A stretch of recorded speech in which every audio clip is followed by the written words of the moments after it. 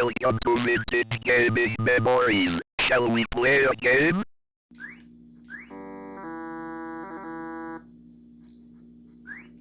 Hello everyone, welcome back to the channel. I'm thinking this might be one of my last vintage televisions that I'll be purchasing. I'm done!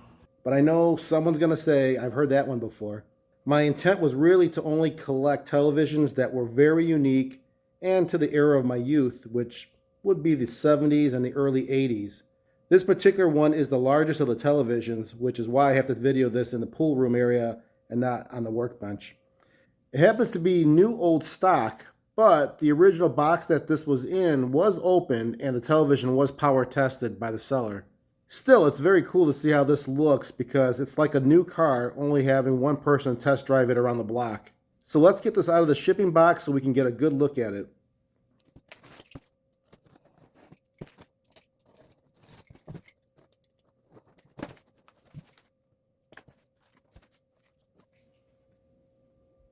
Here's a thank you insert from the seller. So this is the Panasonic CT-1110A 10-inch color television.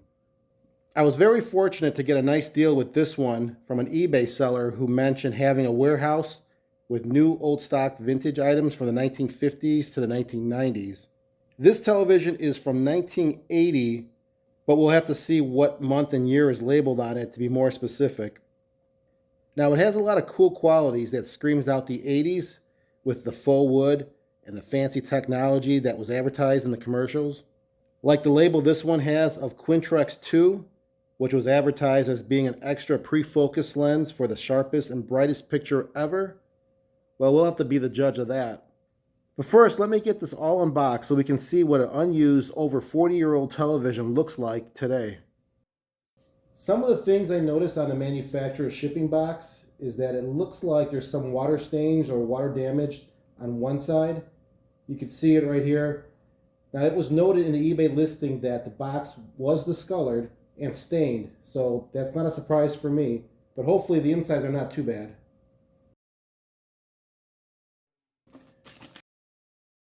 The antenna, still packaged. The other antenna, that's the telescopic one. The manual, along with the earphone plug. Some advertisements here. Look, just as I mentioned before, for the brightness, sharpness, and contrast, Panasonic Quintrix 2 in line.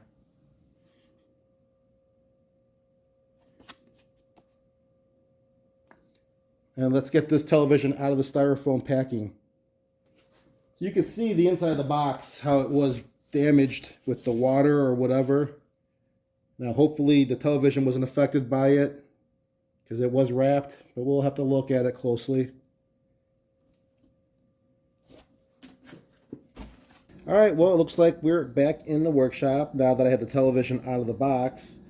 I know it was power tested, but this tape on top here looks like it hasn't been removed, so that's interesting. Or maybe it was just nicely put back on.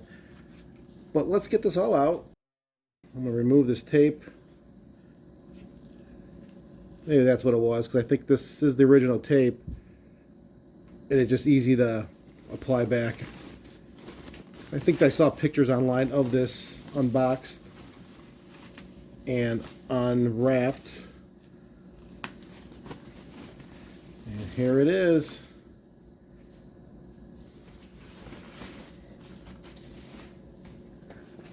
So how about this? This looks awesome, right? And you have to love that faux wood, or the actual simulated wood is what's labeled on here. I've seen that often on a lot of the Panasonics. They put the labeling so you know it's not real wood, it's simulated wood. Yeah, plastic everywhere, right? I like the handle grip here, makes it nice and easy to be portable, which is what made it easy to get it out of the box for me. It weighed about 23 pounds, I think, the shipping box, so this is probably about 20 pounds. And on front here, you got the static sticker on there, I think. It's kind of like it just sticks right onto the tube, which you can peel off easily. You sure about that? We'll remove that. Let's take a look here on the bottom where we have some other options. We have the adjustment knob for the Panabright, the bright, the tint, the color, and it looks like a on and off, pushing on and off button for the Q2 mode.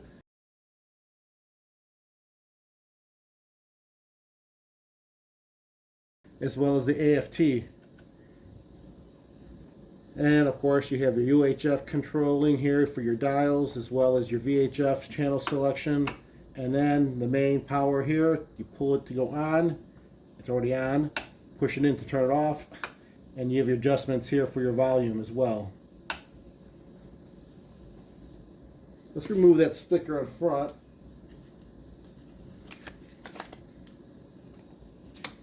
Actually, it's not really static. There is a little bit of glue to it.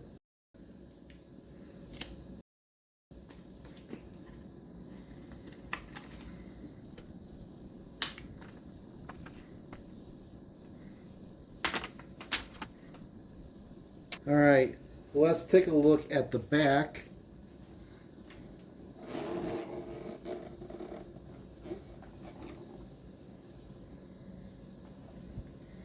Here you can see we have all the antenna connections.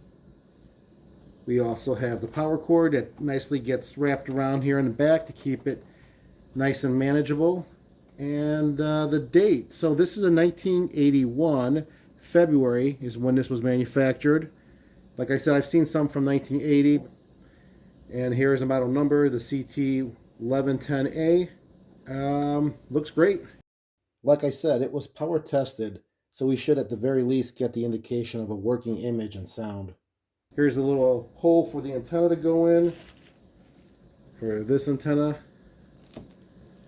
And then of course you connect the cable for the antenna here to here.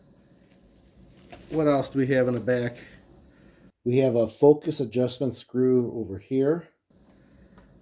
And oh, we do have some other adjustments behind the power cord here. Let me move this out of the way so we can see. What do we have? Let me see if I can put some light down here so we can see this better. Alright, starting from the left side, we have an adjustment knob for the sharpness between sharp and soft. To the right of that, we have this adjustment control that toggles between service, normal TV, or VTR, which I believe is for a video tape recorder. There is a vertical hold control, a RF AGC control, which I looked up and I believe that's for the antenna automatic gain control. And then there's a vertical height, and last is a horizontal hold. Now let's go ahead and connect the source to this and see what the output looks like. Alright, I think we're set here. I have a VCR connected to the antenna coax terminal on the back of the television. And I'm going to leave all the picture settings as is, and then we'll see how this looks and adjust as needed. And then as far as the video that we will be putting in the VCR, we're going to go back in time as well. And we're going to use this video here, which happens to be my owner's video program guide from Chevrolet. So there's no copyright concerns there. All right, let's first start with turning on the television. And then change to channel 3, because that is what the output is set for the VCR to go to the television. And let's just insert the videotape.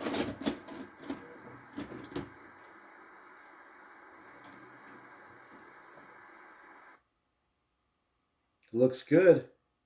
Now that tracking you see on the bottom is automatically being adjusted by the VCR, so I'm not doing that. That's part of the technology on that VCR I have. It looks great. Let's turn off some of that display information. I don't need to see the hours, minutes, and speed.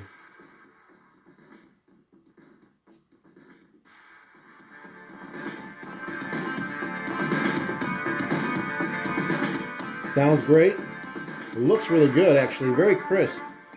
Pretty impressed. Now, the Q2 is enabled, I believe. Yes, it is. So let's disengage that, and let's see what it looks like. Well, that red just got really bright. Well, look at his shirt here.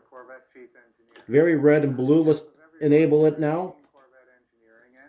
It looks a lot better when it's enabled, obviously. So the Q2 mode on, off, on, off. I think it looks way better on. It's more balanced and everything. And I think that's what it says in the manual. It says the Q lock control automatically presets color, tint, brightness, and contrast levels when it's in the on position. And that's what it's doing. It was brand new or new old stock. Hasn't been used, and so far so good as far as coming right out of the box. No changes or adjustments to the settings that were already on there. I didn't touch them except for just turning on the Q2 lock on and off. And the volume. That's about all I've done. Let's turn this off again. Yeah, that just doesn't look too good. It looks too much bleeding of colors everywhere. That looks so much nicer when it's on. Now let's try this with a different source, and actually the real intent for this television, which is to use it at times, you know, with my vintage computers or gaming systems. I do have a Commodore 1702 monitor that I often use with it, but I wanted just to get a television aspect of getting the output to it that was pretty much during the era, which this television truly is. So let's try one of those systems and see how that looks. Okay, I think we're ready for another source to try into this television, and as you know, it's going to be a gaming source, and I've chosen the 800XL because it's right next to this television and it's easy to do. So I've got a game inserted into the cartridge slot. It's connected to the back again through the coax connection, and we're good to go. So let's turn on the television.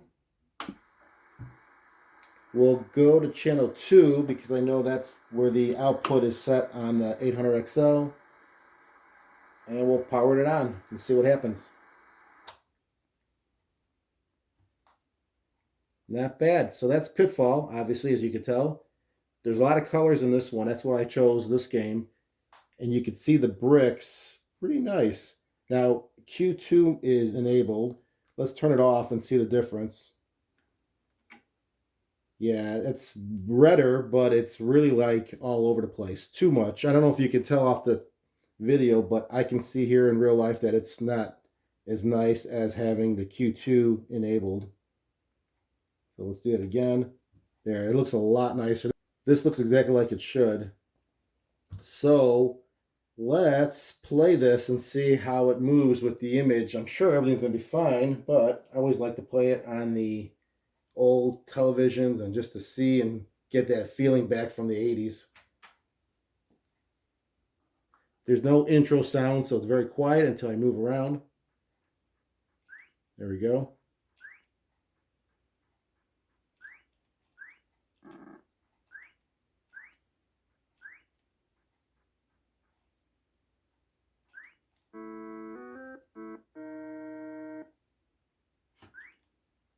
Not bad, right? I mean, it does look really good. I do see a little bit of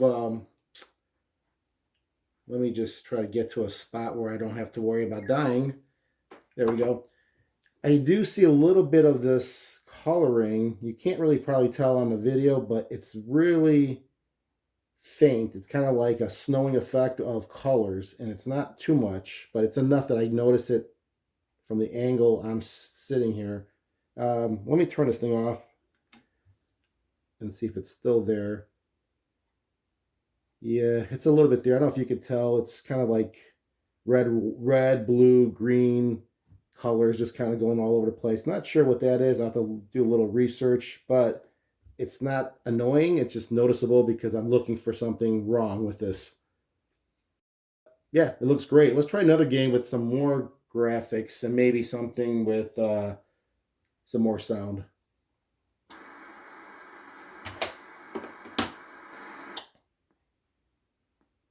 Well, there you go. You can probably definitely see it now, what I'm talking about. There's these colors in the black backdrop here. You can see it more prominent versus on the Pitfall game where it was greenish colored background. But there's these colors. Black backdrop shows these red, green, blue, snowing colors are just flickering around. Not sure what that is about, if that's something that needs to be replaced or if it's just adjustment. So first, let's try adjusting some of these settings here. The Q2 is enabled right now, so we'll take it off first and see if it makes a difference. It's still there.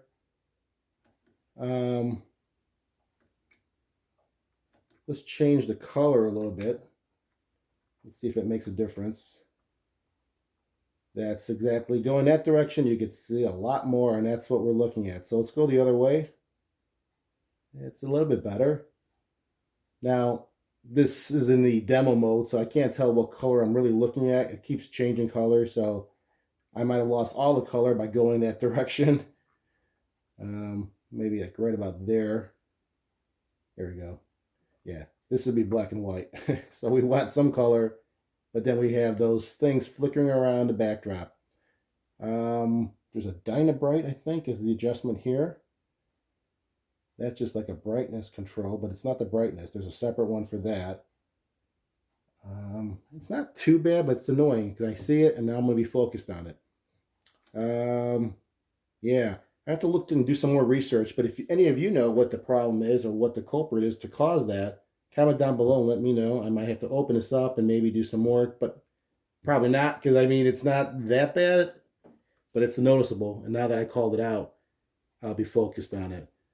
Let's just try this game and see how this one looks and feels.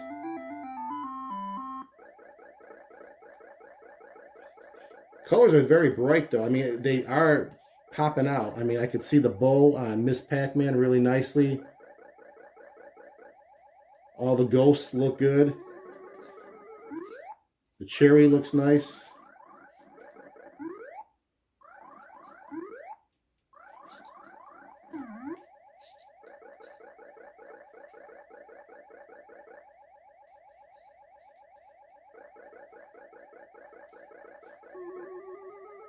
So I think this is good. Again, I don't know what that is, but hopefully we can figure that out. Wouldn't it be nice if the problem was just that it needed to be turned on and used a little bit because it hasn't been used in 43 years and it's brand new out of the box? Sure, that's not the problem or not the reason why it's happening, but it could be just the old parts need to be replaced. Not much on the adjustments here because there really isn't too much to adjust. I mean, there are adjustments. I take that back, but as you could see, changing the color was either going to make it black and white or really bad. So I don't think it's an adjustment issue so much, but maybe I'm wrong. However, I think this is a really cool looking television. It's small, but big enough to use as an output for some retro game playing time. If you don't want to use the monitor that is like the Commodore 1702, or using a modern television that may take away the feel of going back in time. So this, I think, is a nice pickup. Can't beat it for the price I paid. I think I paid definitely under $200, and it was new in box. Hope you enjoyed this video. Comment down below. Let me know what you think, if it brought back any memories, and if you have any input to what my so-called color issue that I'm having. It's not major, but it's an issue. I appreciate it. And until next time, keep that gaming passion from the past alive by living it today. Take care, everyone.